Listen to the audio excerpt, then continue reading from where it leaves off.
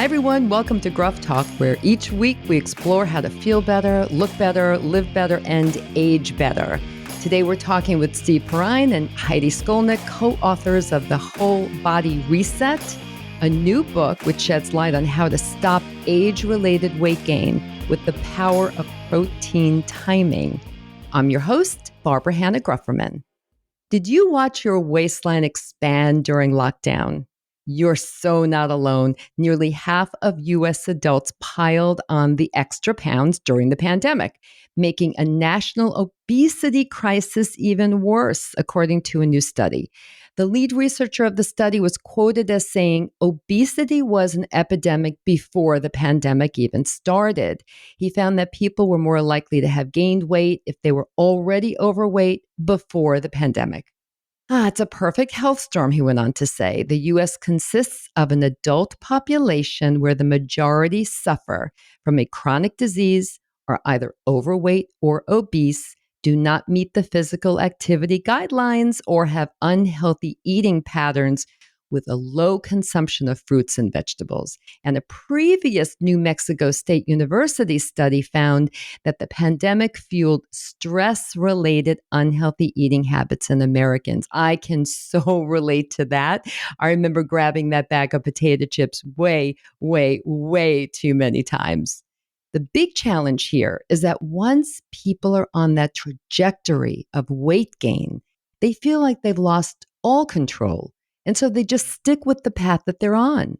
And any healthy habits that may have been formed, like exercise, fly right out the window too. And when you feel like you've lost control over something, you can start to believe that you'll never get it back. And so it continues. But my guests today are here to talk us through how to stop feeling overwhelmed and how to take back control of your weight, your health, your life at any age. Steve Perrine is an executive editor at AARP, the magazine, overseeing coverage of health, nutrition, and fitness. He's had his hand in more than 24 New York Times best-selling books, including the wildly successful Eat This, Not That franchise. Heidi Skolnick is a nutritionist and exercise scientist who works with professional athletes, Broadway stars, and also oversees performance nutrition for Juilliard and the School of American Ballet. She's written several books also focusing on nutrition. And I would like to add that Heidi and I spent many years together serving on the board of the Bone Health and Osteoporosis Foundation. Both Steve and Heidi are sought-after media experts appearing on all the major television programs like The Today Show, Good Morning America, and so many more. Welcome to Gruff Talk, Steve and Heidi. It is Thank you, great Barbara. to be here. Thanks, Barbara. Oh, it's so nice to have you. We have a lot to talk about, but before we dive in, I have two questions I always like to ask my guests. First, where are you tuning in from? Heidi, where are you? I am in a suburb of New York called Northern New Jersey. We all know it well. And Steve, what about you? Could be the Arctic tundra out there, but I understand it's actually Westport, Connecticut. I know what happened. I was out there looking at the flowers coming up on Friday, and now it's insane out there. It is. It's like, I don't know, up and down. Okay. We can have a whole conversation about what's going on out there with the weather, but we won't. We're going to stay in our lane today. We're going to stay in our lane. Okay. And here's the other question I love to ask because I just love to know this. What can I tell you?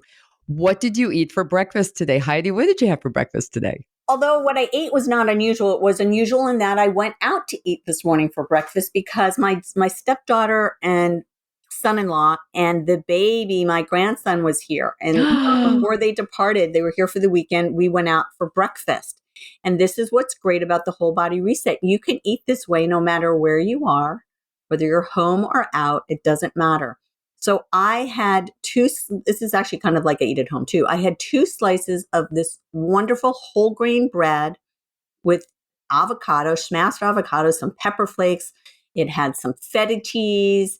It had some tomatoes, and it had 2 eggs on top. I was going to ask you if you put the eggs on top. That's how I like to have my avocado toast also. It's so good. Oh, it's so good. Okay, Steve, you have to top that. What'd you have? I had my standard breakfast of what my daughter didn't eat before she went to school. In this case, it was Greek yogurt with a few chocolate chips left remaining because she usually picks the chocolate chips out. And I smashed that up with some protein powder and some milk and some hemp seeds and made sort of like kind of not a smoothie, but a slurry. Yeah, And yeah, yeah, yeah. yeah. And then I had the raspberries that she refused to eat. Oh, And okay. yeah. Good for the brain, as we know. Part of that mind diet that you reference.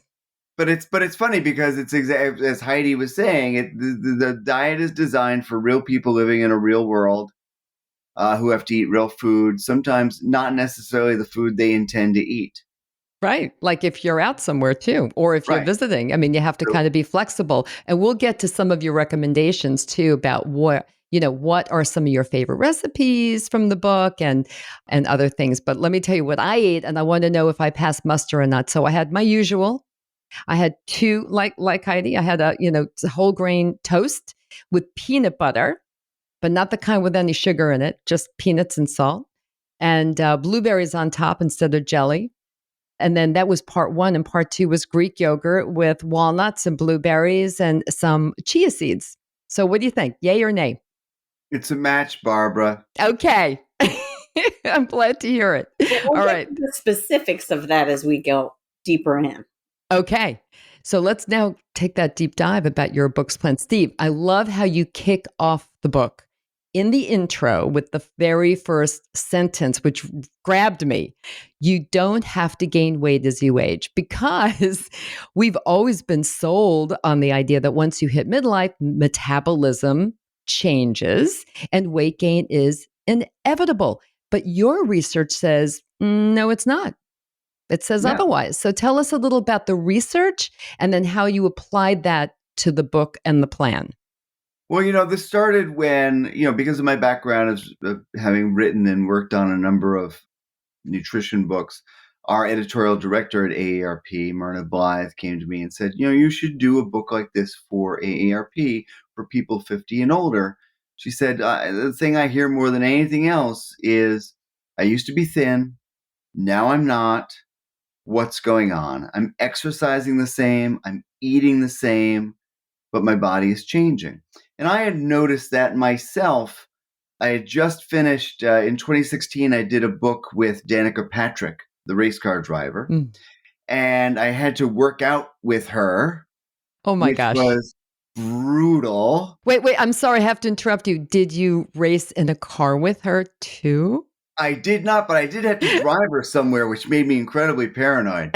Like, am I cornering well enough? I don't know. So really on a very, very, very intense kind of workout program that I would not advise, the average person to necessarily stick with for a long time. But did that, was in really, really good shape. And then as soon as I went back to my normal healthy eating and regular workout program, I noticed that I was gaining weight. And I'm like, wow, boy, like I'm doing this, all the things that I've always done that have always kept me in a size 32 pants for my 30s, my 40s, my 50s, but I'm definitely, changing. So I jumped at the opportunity to kind of dive in and take a look at this through the AARP lens. And when I started coming across the information, first thing I noticed was that there was a lot out there that I didn't know, despite the fact that this has been my career. And that this is really because, so much of our nutrition world and our diet culture does not speak to people at midlife and beyond. So that's why I reached out to Heidi right then and said, you're in the research world, you're an expert. Am I crazy that I'm finding all of this research and it's very clear and it's not controversial, but I don't know about it? And, I'll let Heidi take it from there because she really surprised me with her response. What was your response, Heidi? Well, I think the idea was that metabolism is something that lowers as we age. And in fact, we still were going with that for quite a while till this landmark study came out, which was just in 2021, that said, and that was in Science, in the journal Science. And it said that metabolism doesn't slow down as we age. In fact, our cells are very able to continue to metabolize our food at the rate at which we have done so since our 20s. And so it has to be something else. And this is the part that I already did know. And, sitting in my conferences and had heard time and again, because I too have aged in, and it is personal. And that is that we lose muscle every year from age 30 to 40 onward at a rate a little less than 1% per year. So between, 40 and 60, that could be 20% of our Right. muscle. That's a lot to lose. That is a lot.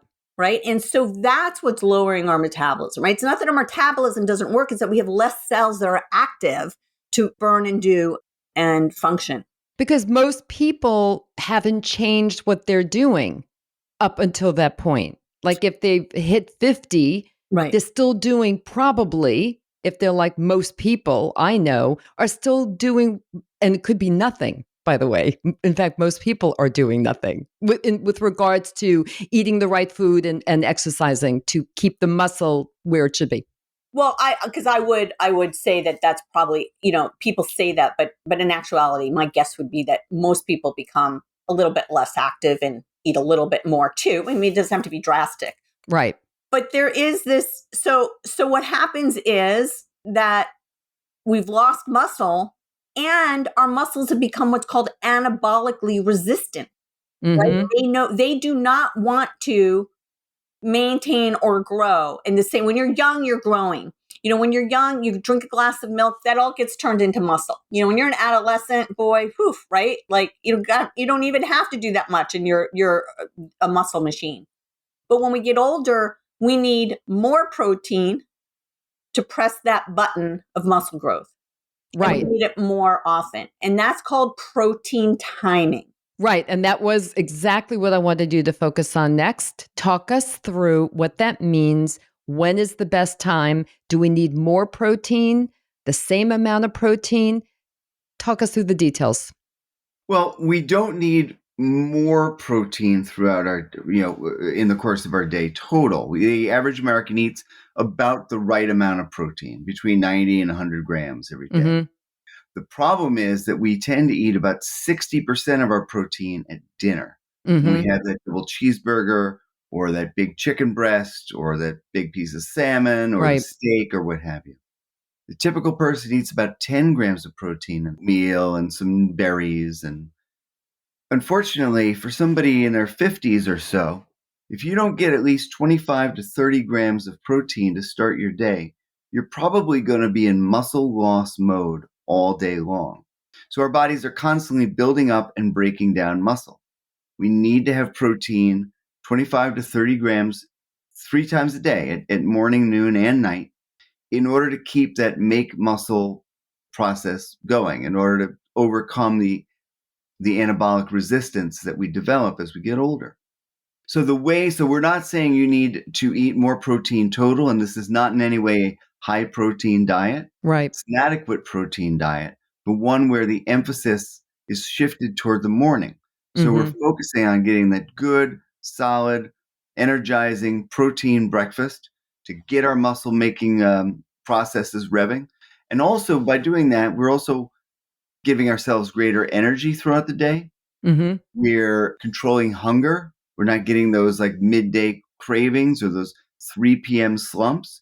I think for me, probably the biggest physical change I've noticed, besides the fact that, I'm lifting weights that I was lifting in my 30s now, and as I'm pushing 60, I'm like, oh, that's cool. Yay. But the biggest for me is I'm not getting those 3 p.m. slumps.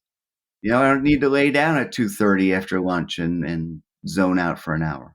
What do you say to people who are on the intermittent fasting path where they don't eat for that window, and which could be from 8 p.m. the night before to 1 p.m. or noon the following day?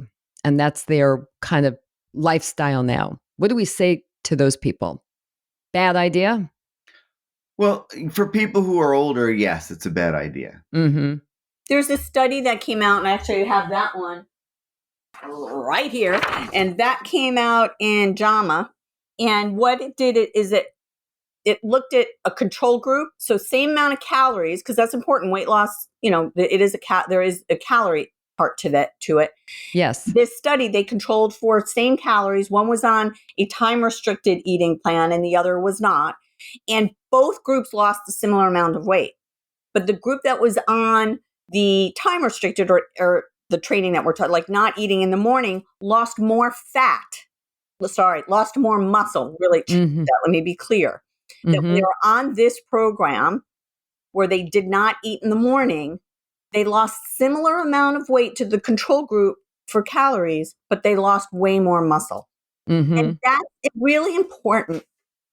Any kind of calorie restriction diet, whether you're doing it by just cutting calories or you're doing it by only eating in windows, Yes. you're primarily going to lose water weight and muscle weight. You'll lose some fat, but you're really hurting yourself in the long run because you're sacrificing muscle. When you go back to eating in a more normal way, you've reduced the number of you've hurt yourself in 4 ways. Number one, by reducing the amount of muscle you have, you've reduced the number of calories you can actually burn throughout the day. Right. Number two, you've reduced the amount of blood sugar you can store because blood sugar can be turned into glycogen and stored in our muscles. Less muscle, that means your blood sugar can only go someplace else, and that's to be turned into fat. You've hurt yourself in terms of your basic strength and ability to be active. And then you've hurt yourself in the fourth way, which is that muscle helps reduce inflammation. And if we imagine there's always a war going on in your body between fat and muscle, inflammation is fat's friend, inflammation is muscle's enemy. So time restricted eating can serve to actually increase inflammation. Thank you for that. I happen to be a fan of intermittent fasting, but not in that way. I do it periodically, where I'll do a 5-day restricted calorie thing. And for me, the science does seem to be there, where it does talk about how intermittent fasting in some form or another can help. Actually, the science I saw said it can help with inflammation, but also really affects in a very positive way your body on a deep cellular level with regard to longevity. So there's a lot of science out there. I personally, though, I must tell you, I am such a fan of your book, as my husband now is as well. I mean, we heard you on the Today Show and he heard your 90-second sheet while I talked, the two of you, and he is now a fan. And he really wasn't eating hardly anything for breakfast, not because of intermittent fasting, just didn't. And he now thoroughly believes the science from your book. And I do too. I mean, I'm much more in favor personally of eating the breakfast that I described to you in 2 parts as I do, and for all the reasons that you've outlined here. I don't want to belabor this, and since we can edit it out if you don't want to go there. But let me just say that intermittent fasting can take on many different forms. There's many different types of intermittent fasting. There's ones where you're fasting for days, where you're fasting for 2 days, where you're eating between, a 5-hour window. There is some research to support with people who have metabolic syndrome. For certain medical conditions, you may be someone to consider it. But, intermittent fasting can also be not eating for a 12-hour window, which can be after your dinner, 8 o'clock at night, till the next morning. Like sleep is intermittent fasting, right? It is true. It is good to give your pancreas a break from pumping out insulin. Another reason why grazing all day isn't good. Right. So there is benefit, but what that looks like and what that means is one of the challenges. And again, if you're talking about maintaining muscle, if that's important, which drives a lot of these other health, when we look at outcomes, there's a lot of different outcomes. And if weight loss is the only thing you're looking at, that's tricky. Because again, we are not, there are people who don't need to lose weight that can still be doing and following the principles of the whole body reset.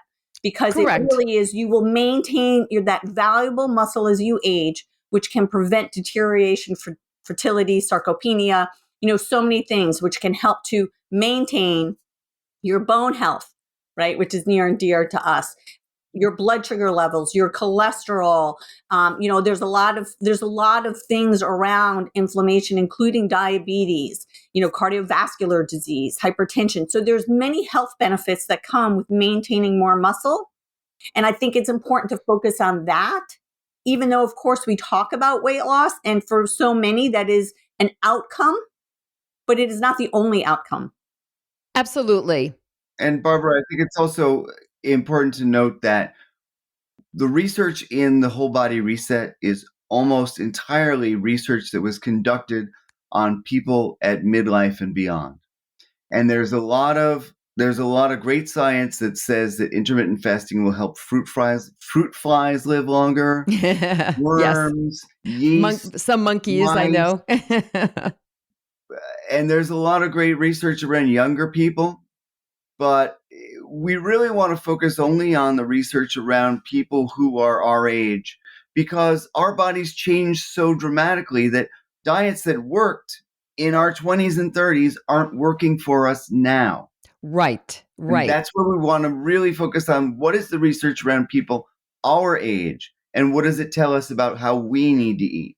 Right. But for Heidi, you made a very good point before. For those people who still feel or understand the science behind intermittent fasting, there is a very good way, a possible way of combining these two where you could just maybe stop eating, have an early dinner and then pick up on your breakfast at 8 a.m. or so, or 8 or 9 a.m. And you're still getting the benefits of the whole body reset plan, right?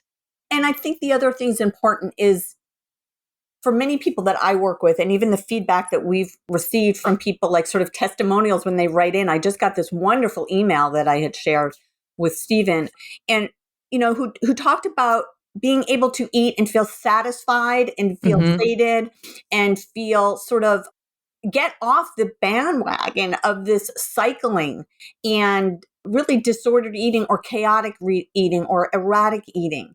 And to have sort of permission, and I say that you can't see because this is a podcast, with parentheses, to eat and allow food to be pleasurable and allow it to be eating foods that are accessible and affordable and to your liking, and not have a diet that is punishing and restrictive.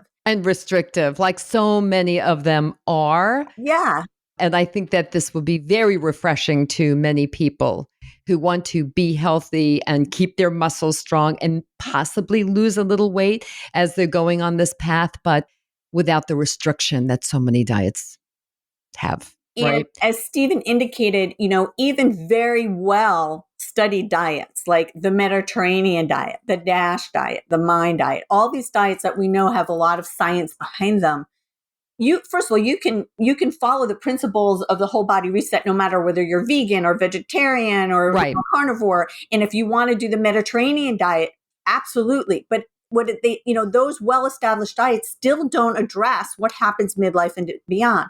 They're still not accommodating for and acknowledging what happens to our muscles as we age. So there is no specification for how much protein, and that is the cornerstone. We do go into other nutrients as well that we need as we age, but that is the cornerstone. So no matter what you're doing, it's really a matter of this protein timing and ensuring that you're getting adequate protein, which is, by the way, it is not a high protein diet. It is still more than the RDI recommends or the RDA recommends per day for Americans, but most people do eat more anyway. So this is not a high protein diet. It's an adequate protein diet with the distribution of protein being what's really key to maintaining that muscle, that very important muscle as we age.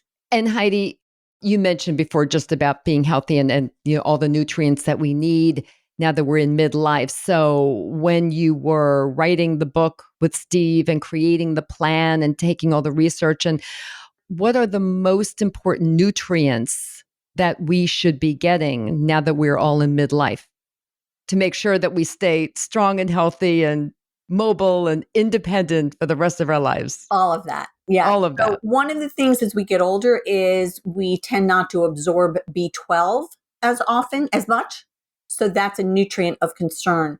Calcium, of course, our needs go higher again once we are midlife and beyond. And so, we are very dairy friendly. and Whole Body Reset because, again, dairy is one of those foods that is very accessible and affordable to many people. It's rich in calcium, which supports our bones. It's high in an amino acid called leucine, which is like a spark plug for protein synthesis. And many dairy foods like yogurt, some cheeses, and kefir are also fermented and help are rich in probiotics, which helps our gut health. And our gut health is really important to keep healthy because you and I both can eat a calcium rich food, but not absorb the same amount of calcium based on our gut health. And so that's another one. We also have fiber. You know, we emphasize having 5 grams of fiber per meal at least 2 at snacks.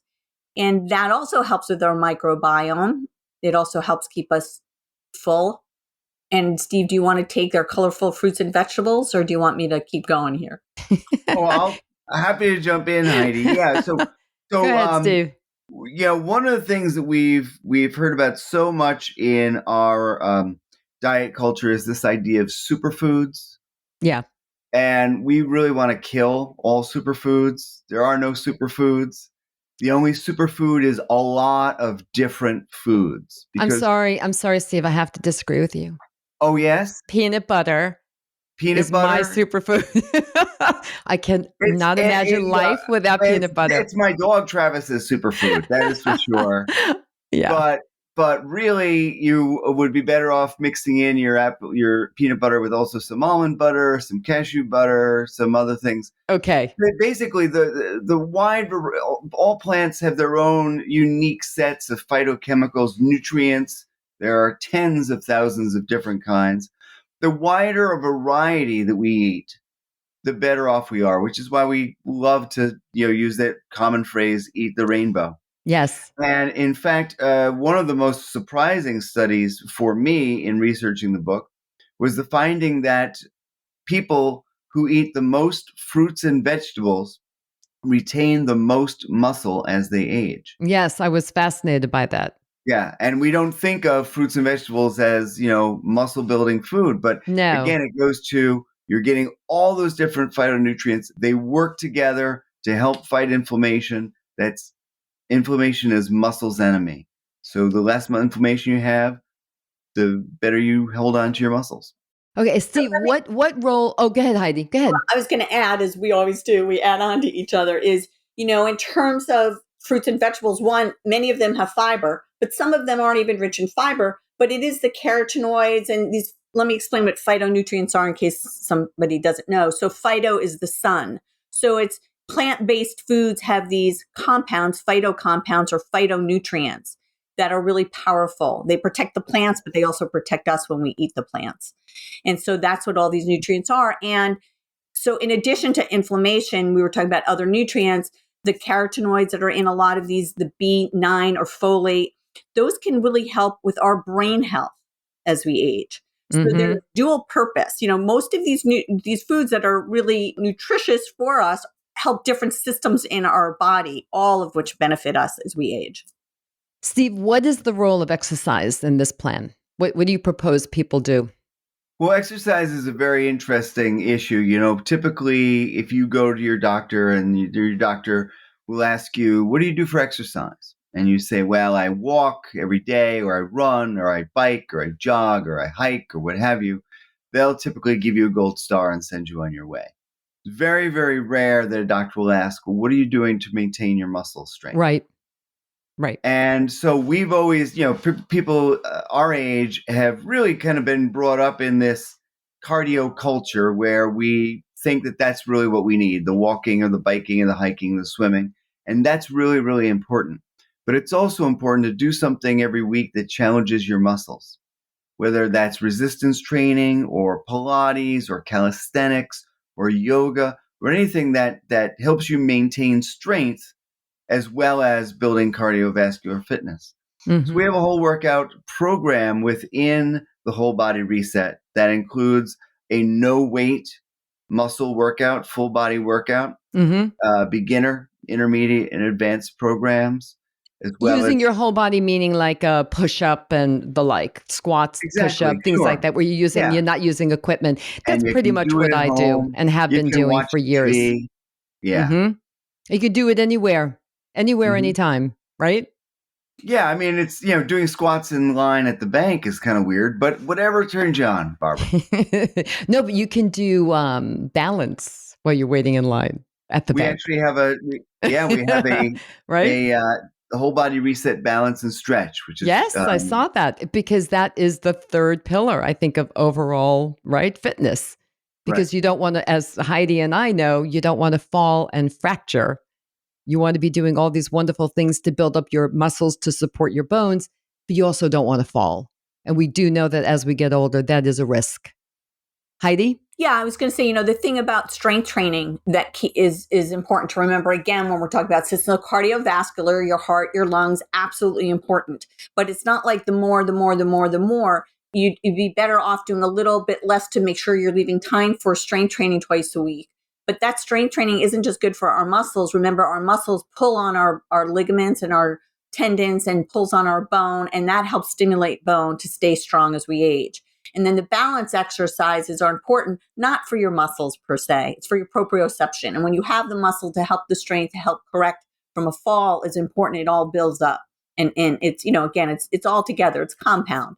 So the balance is really important, not for muscle, but to prevent falls. But the strength training is important for your muscles. Right. Now, I know you have a lot of plans and recipes and all kinds of prescriptions for the reader in the book. But Steve, just give us an example of a day in the life of someone who is following the whole body reset plan. Just a Sure. simple, go ahead, starting with breakfast. So maybe you start off with a protein-rich smoothie, or maybe it's a tofu scramble if you're vegan, or maybe it is just simply some cottage cheese and some fruit. There are a lot of ways. It's one of the reasons we talk a lot about dairy, because it's one of the easiest ways to get protein in the morning. Mm-hmm. But really focusing on getting that protein hit, as well as you can do a simple piece of fruit or a couple pieces of whole grain bread to make sure you're getting the fiber in the morning. Mm-hmm. Mm-hmm. Lunchtime, there are a lot of very easy issues. Again, if you very easy answers. Again, if you have a couple slices of whole grain bread and some deli meat, you're pretty much golden. Good to go. Have to watch Yeah. out for that sodium level. That's the one thing I know you offer. Like you could go to McDonald's and you could still be on the plane, of course, but that's like an issue that I'm always very cognizant of. We don't A want to live at concern. McDonald's, but if you need to visit occasionally, Well, I like those French fries. Come that's on. what happens. Yeah. Again, so we have lunches at pretty much every fast food restaurant, from Popeyes No, to it's really smart. Wendy's, you name it. And then at dinner, you can grab one of our recipes. You can have something very simple like, a small piece of steak or a chicken breast or a piece of fish, whatever your favorite protein is, with, some brown rice and some vegetables. It's really like normal food. And the one thing that we talk about is, if something comes across the dinner plate that's not necessarily going to hit all the numbers you want to hit with the whole body reset, like your family orders pizza. So probably not going to get enough protein or enough fiber from a couple slices of pizza. But you could add things on top of pizza You that add you stuff on get. top. And that's what I do. If it's me, I go have like a little bit of Greek yogurt and some berries for dessert. Ricotta cheese with berries is an awesome dessert that gets everything you need. Yep. So there are a lot of ways. And the other thing that we talk about is, if you go to a fast food restaurant or pretty much any restaurant, protein is seldom a problem. The problem is usually fiber. Keep some apples in your car or in your bag, and snack on one if you're going to go to a fast food restaurant. And then boom, you've evened out your meal. Yeah. And you've gotten the fiber as well as the protein. I always have a little baggie, like a snack baggie size of almonds or walnuts or any kind of seed or nut. I just always have some in my bag just in case for the, especially for the afternoon's draggy time. Sure. right? We need something to pick yourself up. It sounds like you really benefit from having some fat. Like the theme for you seems to be, like peanut butter and nuts, and which is one of the ones we didn't really talk about, how important getting fat in as well Yeah. for anti-inflammation as you age, and rounding out a meal and satiety. And so, that would be another nutrient. I also like dried beans as a snack. Oh, really? Really delicious. We have With a a little recipe for salt that in the added. book. Yeah, you get some salt on that. So, guys, one thing we all like to look for in an eating plan is results, right? Does it actually work? Did it make me stronger? Maybe lose weight, feel better, get to my healthiest weight, which is really critical, which is not a size 2, everyone. Your healthy weight is your personal healthy weight. And that's something we should all keep in mind. When we come back, my guests will tell us how they got a bunch of AARP employees to do the plan and what happened.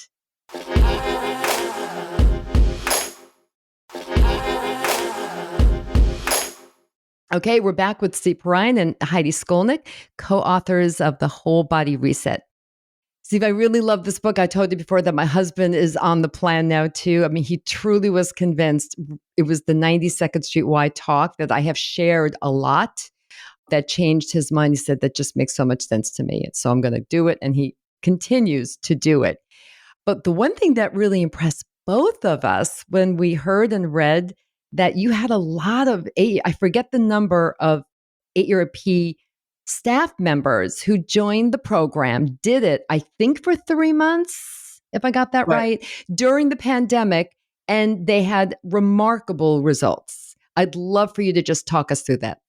Yeah, well, we actually, 2019 was the 60th anniversary of the founding of AARP. And we happen to have all the employees from all over the country. We have 50 different offices throughout the country come to Washington for a big celebration. And during that time, Heidi and I spoke. We got people excited about the program. We got them to sign up. We got 100 people between the ages of 50 and 70 to sign up to try the program. Because we wanted to test it out, have a test panel, show what we could do. We had people lost as much as 22 pounds during those 12 weeks.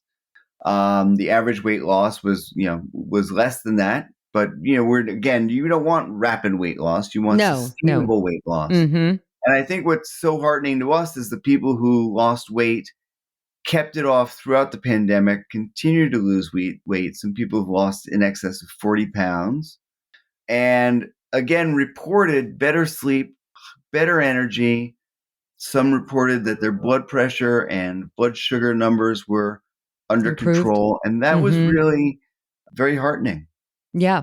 Oh, very, very heartening. And the fact that they, kind of ran counter to the report I was giving early in the show about all the people who gained weight during the pandemic and really kind of let their health and fitness levels go a bit for a lot of reasons. And we all understand that. It's remarkable. It's remarkable. So people do like to know that something is working. So that's great.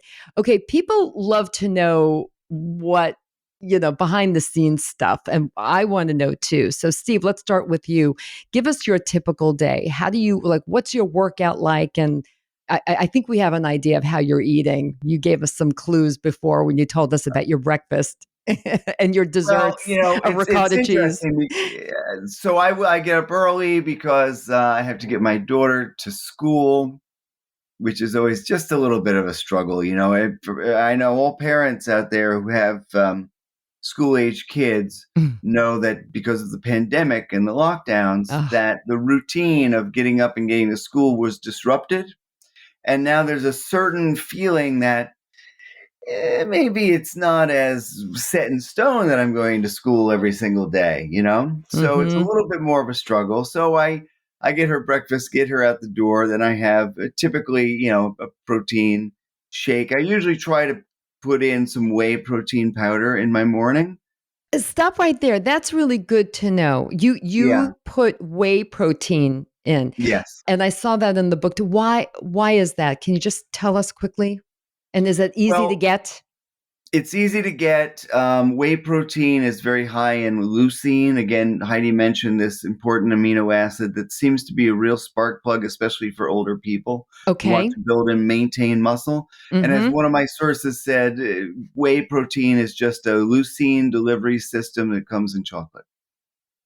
That's And great. so, But does it come boom. in peanut butter? Well, yeah, maybe a little Well, we'll peanut butter in see. there. And then I typically try to have some kind of fruit, whether it's the berries or apple and peanut butter, big one for me. Mm-hmm, mm-hmm. Me too.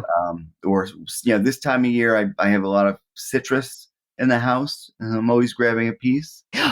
Steve, I have to ask you, I'm sorry, sumo oranges. Have you had one? Incredible! Oh I my just goodness. discovered I don't these. even know what to say. They had these little, they look like hand grenades because they're like Yes. all wrinkly, and they've got these little twist off Like a tops. nub. You just Yes, it's twist a off the top and it twist just off. pops open. It's easy, and they're really, really delicious. They're No, I so just delicious that I discovered that. cannot believe how good. Everyone, if you haven't had a sumo, SUMO orange, run. Yeah. Okay, good. And I get blood oranges because I think they're going to be really awesome, but they're only so-so. They don't compare to the sumos. Oh, the sumo is that's it. So I typically have that. Then, usually have a morning snack. So my morning snack today was an apple with peanut butter. Oh, that's like me. Um, I'll have my Greek yogurt as my morning snack. Yeah, that's yeah. good. And then hopefully most days I'll get to the gym at lunchtime. I go to Mm-hmm. my local Y and I pick things up and put things down. Mm-hmm. Mm-hmm. Do you also do cardio? You referenced cardio before. You think there's like a little too much emphasis on cardio. I like both. I What do you do more think? of a high intensity interval type of cardio. So Okay.